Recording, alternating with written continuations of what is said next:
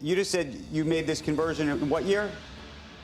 I think it was 2018 I started investing, yeah. Okay, well, I just for, as a point of fact, for what it's worth, May 14th, 2019, you came on television and called Bitcoin garbage. Mr. Wonderful thinks it's worthless. Well, He called it garbage this morning. I want to explore the idea. I did say that. I want to explore the idea that there is nothing here except raw speculation. Mm-hmm. No different than when I go to Las Vegas and put my money on black or red on a roulette wheel, because where is the intrinsic value inherent in deploying real capital? Let's talk real money here. Kevin O'Leary, a Canadian venture entrepreneur and former FTX spokesperson, has recently been implicated in a number of lies and half-truths.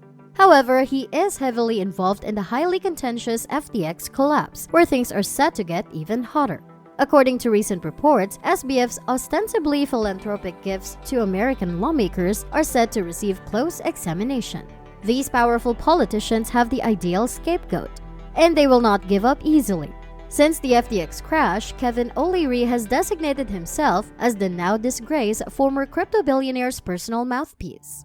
Naturally, we now know that the reason for this is the $15 million he earned from SBF last year when he accepted a spokesman position with the Bitcoin exchange.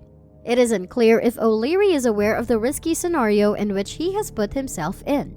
Despite the obvious allegations and accusations against SBF, he has persisted in defending him. Additionally, he has effectively established himself as a go-between for SBF, the listening public, and US policymakers. O'Leary has been vehemently attempting to blame CZ, the CEO of rival exchange Binance, for the exchange failure during the past week.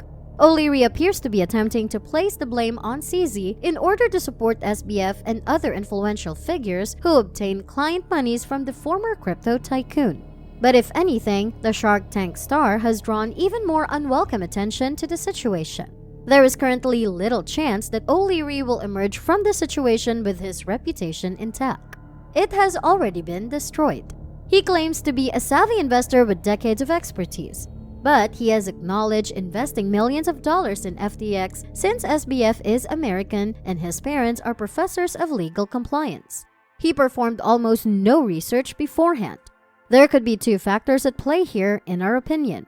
One, beyond the $15 million in salary, O'Leary didn't need to perform any additional due diligence. With FTX and SBF, he was fully aware of the risks involved. Second, he has been presenting a false picture to the world at all times. In all honesty, it must be a combination of the two. We present to you in this video O'Leary's recent interview with CNBC, which further demonstrates his contradictory nature. If you enjoyed this video, please consider subscribing to the channel. Also, don't forget to leave your thoughts and observations in the comment section below. Last week, CZ reacted to O'Leary's claims that he planned FTX's demise to clear a path for a rival. Here is O'Leary's response to CZ's claim that he was a liar who was spewing gibberish. Now, let me address something before we go any further. Yesterday on the air, CZ called me a liar. That suggests that I perjured myself in front of the U.S. Senate for 2 hours this week. I can assure you that is not the case. At the end of the day, I have no ill will to this guy, but he's part of the story too. And you found out yesterday, you did a little work with Squawk Box.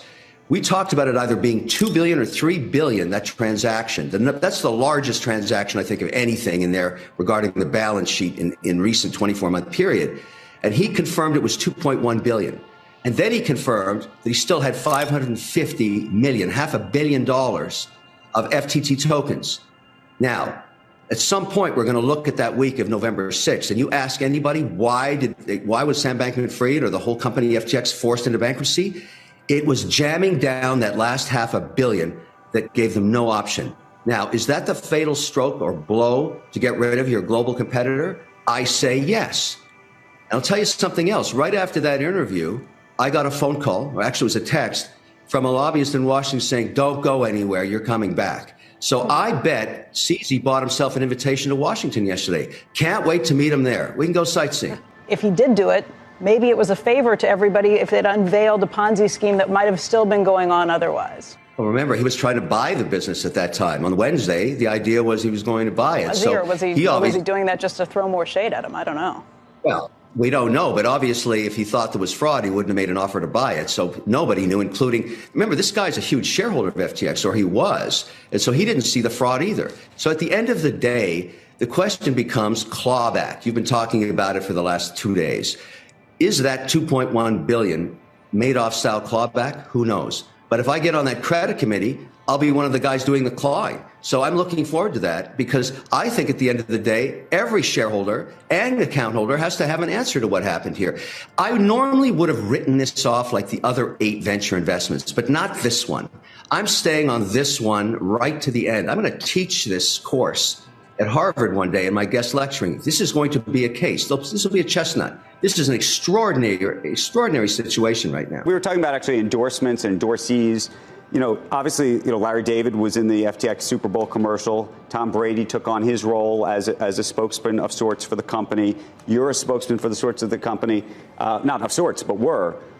It's funny. I don't know if it's funny. Some people wouldn't expect a Larry David or a Tom Brady, maybe fairly or unfairly, to either have known or understood or necessarily done all the diligence that they should have done.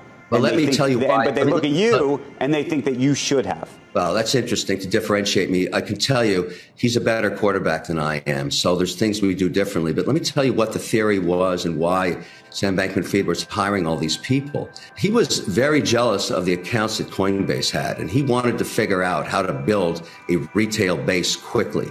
And so it's not crazy what he did. Putting his name on an arena makes sense if you can make a brand become ubiquitous in America so that you can try and get more consumers to build that base. Maybe jealous isn't the right word, but he said they started 3 years earlier and they were way ahead of him, and he wanted to catch up. And that was the way to do it. So it's not a crazy theory. Companies advertise and they do it this way.